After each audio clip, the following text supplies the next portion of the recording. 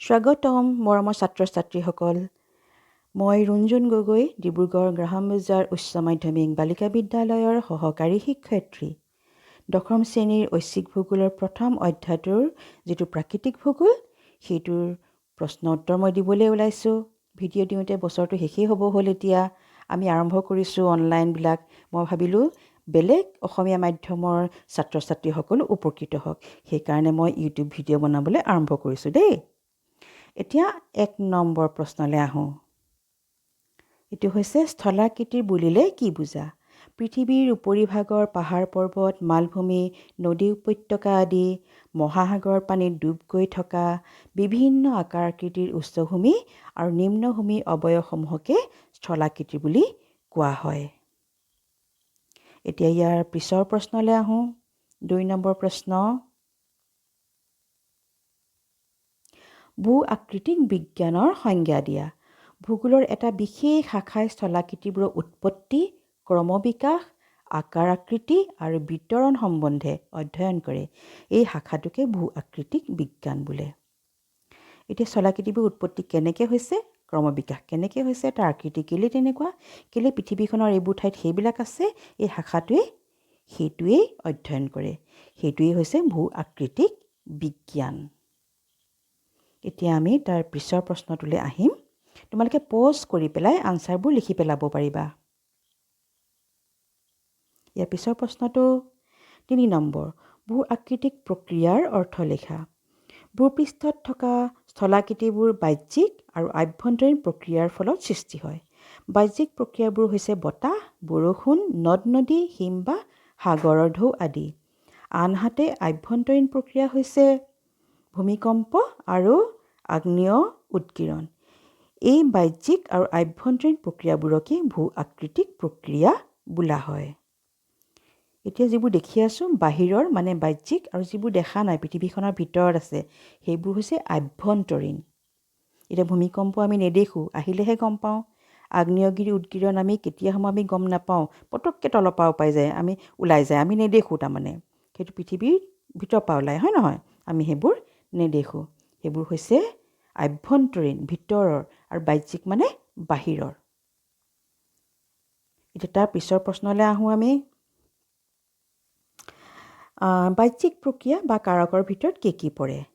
বাহ্যিক প্ৰক্ৰিয়া বা কাৰকৰ ভিতৰত বতাহ, বৰষুণ, সূৰ্যৰ তাপ, নদ-নদী, হিমবাহ, সাগৰৰ ঢৌ আদিয়ে প্ৰধানকৈ পৰে। এতিয়া আমি যিবোৰ কৈছোঁ নহয় বাহিৰৰ মানে আমি যিবিলাক দেখি আছোঁ, যিবিলাকে আমাৰ স্থলাকৃতি বনোৱাত লাহে লাহে হাজাৰ বছৰো হ'ব পাৰে, হয় নহয়? সেইবিলাকে স্থলাকৃতিবোৰ তৈয়াৰ কৰে এইবিলাকে। এতিয়া আমি তাৰ পিছৰ প্ৰশ্নটোলৈ আহোঁ। 5 নম্বৰ। অৱনমন বুলিলে কি বুজা? মৰুভূমিত উদ্ভিদৰ আৱৰণ পাতলীয়া আৰু উপৰিভাগ শুকান বালিময় হোৱাৰ কাৰণে বতাহে সহজে ধূলি-বালি, ক্ষুদ্ৰ শিল আদি দূৰলৈ উৰুৱাই নিব পাৰে। এনেদৰে কোনো এক অংশৰ পৰা ধূলি-বালি উৰুৱাই নি সেই অংশক আপেক্ষিকভাৱে দ কৰি তোলা প্ৰক্ৰিয়া মানে কাৰ্য, সেইটোকে অৱনমন বোলে। অৱনমনৰ ফলত ধূলি-বালি আৰু ক্ষুদ্ৰ ক্ষুদ্ৰ শিলবোৰ অন্য ঠাইলৈ প্ৰবাহিত হ'লে অৱনমন ঘটা অংশটো উখুৰা মুখুৰা শিলাময় ঠাইলৈ ৰূপান্তৰিত হ'ব পাৰে। অৱনমনৰ ফলত মৰুভূমিৰ একোটা অংশৰ উচ্চতা কমি ভূগৰ্ভস্থ জলপৃষ্ঠৰ ওচৰ পাব পাৰে। মৰুভূমিত তাৰমানে পাতল যে, অনবৰতে বতাহ বলি থাকে, শুকান, সেইকাৰণে বতাহে সহজতে তাত কাৰ্য কৰে। তাৰ পিছৰ প্ৰশ্নলৈ আহোঁ আমি। মৰুদ্যান কাক বোলে? ইয়াৰ তাৎপৰ্য কি? মৰুভূমিৰ মাজৰ পানী পোৱা খেতি কৰিব পৰা অঞ্চলটোকে মৰুদ্যান বোলে।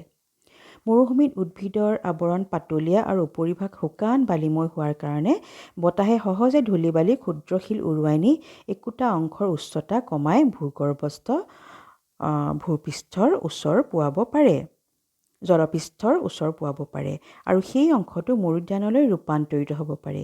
এই মৰুদ্যানত উদ্ভিদ পোৱা যায়, তাত অলপ খেতি-বাতিও কৰিব পাৰি। এই মৰুদ্যানত মানুহে বসবাস কৰিব পাৰে।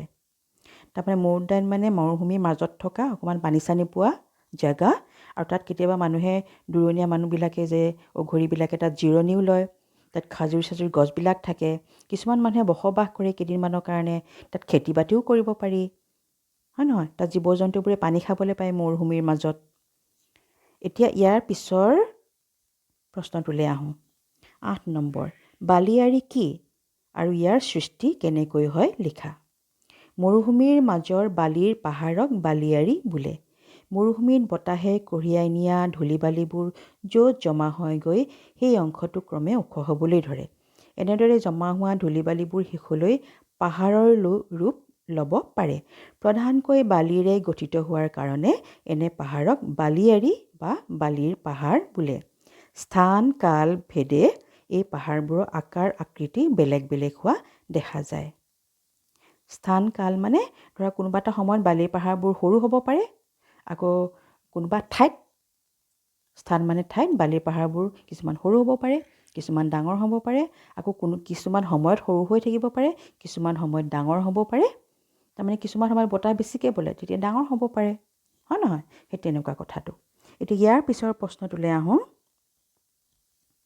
অপঘৰ্ষণ কি? ইয়াৰ ফলত কি ধৰণৰ অৱয়ৱৰ সৃষ্টি হয়?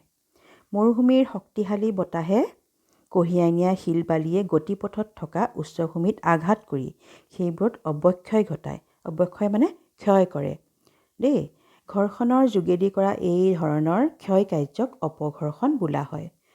অপঘৰ্ষণ প্ৰক্ৰিয়াই ইনচেলবাৰ্গ, ইয়াৰডাং আদি অৱক্ষয়জনিত অৱয়ৱৰ সৃষ্টি কৰে। এতিয়া ধৰা মাজতে শিল এটা ৰৈ আছে, এফালৰ পৰা জোৰেকৈ বতাহ গৈছে, বতাহৰ লগত শিলগুটিবোৰো যায়, সেইবিলাকে ঘঁহি ক্ষয় নিয়াই একোটা অৱয়ৱৰ সৃষ্টি কৰে বতাহে। সেইবোৰ হৈছে অৱয়ৱবোৰ হৈছে ইনচেলবাৰ্গ আৰু ইয়াৰডাং। তোমালোকক পৰীক্ষাত এইবোৰ চিত্ৰ আঁকিবলৈ আহে দেই, ইনচেলবাৰ্গ আৰু ইয়াৰডাঙৰ। এতিয়া ইয়াৰ পিছৰ প্ৰশ্নটোলৈ আহোঁ। সংনিঘৰ্ষণৰ অৰ্থ লিখা। মৰুভূমিত বতাহৰ দ্বাৰা পৰিবাহিত হৈ থকা অৱস্থাতে শিল বালিবোৰৰ মাজত পৰস্পৰ সংঘৰ্ষৰ ফলত শিলবোৰ ভাঙি সৰু সৰু টুকুৰাত পৰিণত হয় বা ক্ষয় হৈ আকাৰত সৰু হৈ আহে। এইদৰে পাৰস্পৰিক ঘৰ্ষণৰ ফলত শিলবোৰ ভাঙি ছিঙি টুকুৰা হোৱা প্ৰক্ৰিয়াকে সংনিঘৰ্ষণ বোলে। তাৰমানে যেতিয়া পৰিবাহিত হৈ থাকে, বতাহ খুব জোৰেৰে যায় নহয়, তোমালোকে চিনেমাবিলাকত দেখিছা। গতিকে সেই বতাহৰ লগতে শিলবোৰো যায়। শিলবোৰ লগতে যাওঁতে ইটো সিটোৰ লগত মানে ধৰা তোমালোকে দৌৰি গৈ আছা, ইটোৰ লগত ধৰা সিটোৱে খুন্দা খুন্দলি খাই গৈ আছা। সেই তেনেকেই বতাহে যেতিয়া শিলগুটিবোৰ লৈ যায়, ইটো সিটোৰ লগত খুন্দা খুন্দি খাই ভাঙি পৰে, সৰু হয়, সেই কাৰ্যটোকে সংনিঘৰ্ষণ বোলে। উৰি গৈ থকা অৱস্থাতে দেই, পৰিবাহিত হৈ থকা অৱস্থাতে। ঠিক আছে, এতিয়া এইখিনিতে শেষ হ'ল। ধন্যবাদ দেই।